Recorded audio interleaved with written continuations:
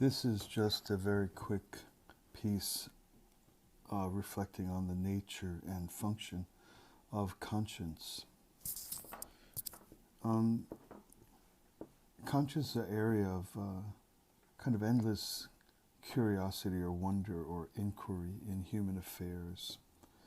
One of the constant fascination of people that take in current events and the like, or when there are famous court cases, and people are always very interested to see how the defendant reacts, especially for egregious crimes, for kind of unconscionable crimes.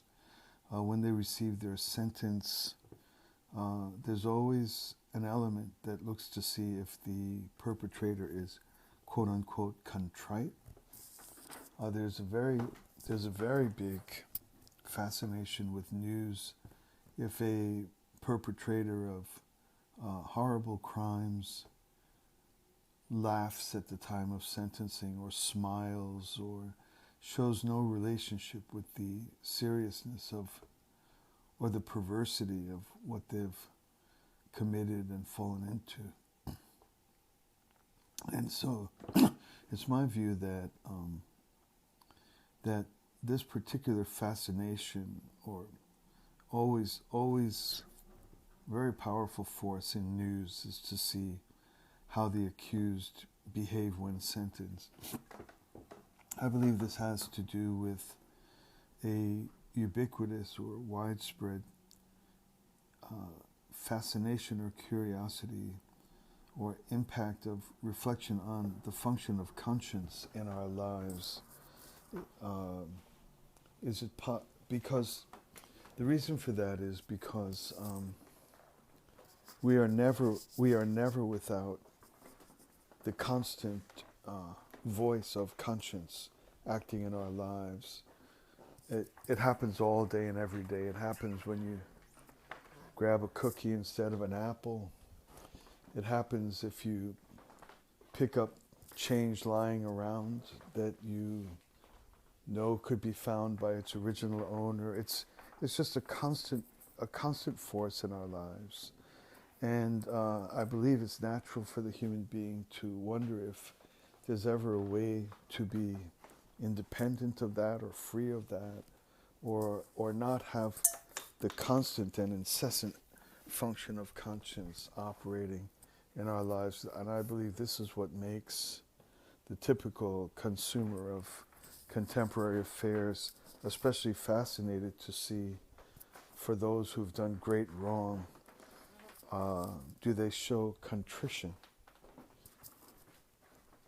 And so related to that then is the fact that sooner or later, or inevitably in our lives, we're going to see that there are people who seem to have a capacity for committing harm or evil to a much higher degree than ourselves. And because we experience the immediate impact of conscience in our lives, we wonder, how is it possible for us to be so plagued by a voice of correction from within, just for tiny wrongs, if they're even wrongs at all?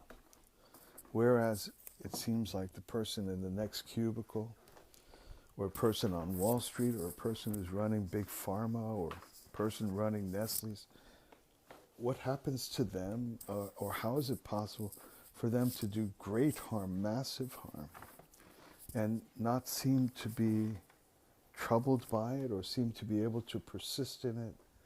And so this range of curiosity about the capacity to do wrong arises out of the immediate and constant experience of conscience in our lives. So in this couple of minutes, I just want to take a very quick look at this element of conscience, of kind of curiosity about the range of possibility to do evil or to do harm that is always with us, particularly tied to the incessant human experience, that all wrong that is contemplated is immediately met by the voice of conscience. So if it is naturally, if it's human, to have this inner voice of correction, or some people call it judgment or guilt or whatever, there's a lot of negative reactions to the constancy of the voice of conscience, but I don't think it should be regarded that way at all. Personally, I think it's our kindest lover that seeks our good. That's so. I think it's already a bad orientation to be hostile to that aspect of our character that quote unquote makes us feel bad. And there's all kind of psychologistic or kind of anarchist, like subjectively anarchistic efforts to regard that as what's it called, superego or guilt, or there's hostility to religion because of that. But actually to be so constructed as to have a never-ending partner that's making an effort to help us be better than we otherwise would be is an enormous gift. It might be the finest part of being human. So then it's part of the definition. Being human means having a conscience. Being human means never being without, even for a split second, a voice that's ready to jump all over me every time I contemplate something that isn't as fine as can be. And if that's being human, how is it possible for such a massive amount of genuinely bad behavior, genuine evil, genuine exploitation and oppression and harm to others? If that voice is there, why is it so feeble, seemingly, in the lives of some? And so what I'd like to posit, and I'm trying to keep this short, is that conscience alone is not sufficient to keep individuals on the right track because of the following, or at least in part because of the following. Conscience is nothing other than that function which seeks to protect the good that, even non-defined, that obtains or that is held within us as a natural, innate form of knowledge.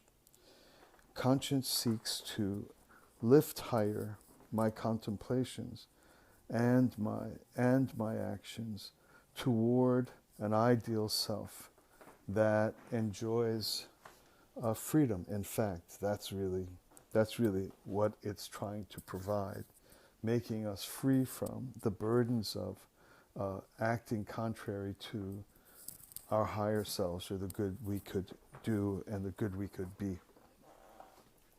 But it as a freestanding entity, and as something which seeks to uplift and protect, the issue or problem or the question is that it's attached to access to a concept of good, and that's where its limitation lies. So that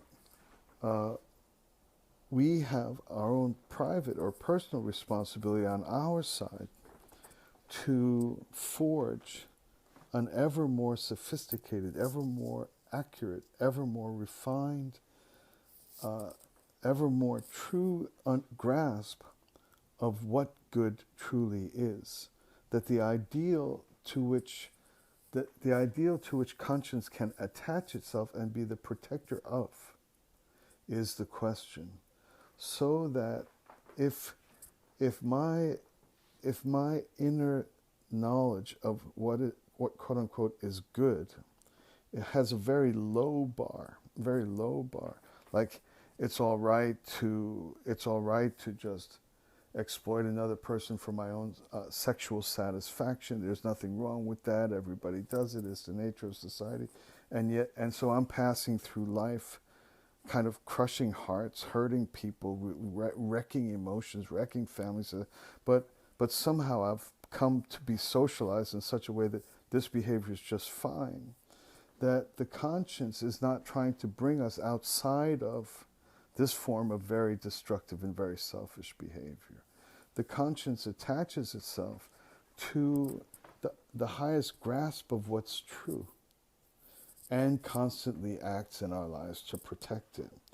That's why it can be a force functioning in the life of a seemingly evil or bad person with the same overwhelming constancy and power that functions in the life of me or a seemingly good person. It's just that its function in life to lift us up toward the ideal is limited by the extent to which we ourselves are capable of recognizing ever higher and higher and higher ideals. So that if we thought it were natural that all human beings should have the same level of sacrifice as saints, as heroes, as nurses who've died in African jungles trying to heal little children, if this was the level or normal, the thought of what's normal to be as human, then our conscience would be constantly calling us or chastising us or urging us to be nothing less than that. So conscience alone is not a sufficient force to elevate us to extremely high standards of goodness and saintliness, because it's our own responsibility, or perhaps by the grace of God, to be tied to ever higher, more exquisite, more complete, and more far-ranging heights of concept of goodness. Then our conscience attaches to that and functions as guardrails and guidelines and encouragement and voices and please do that and don't do that.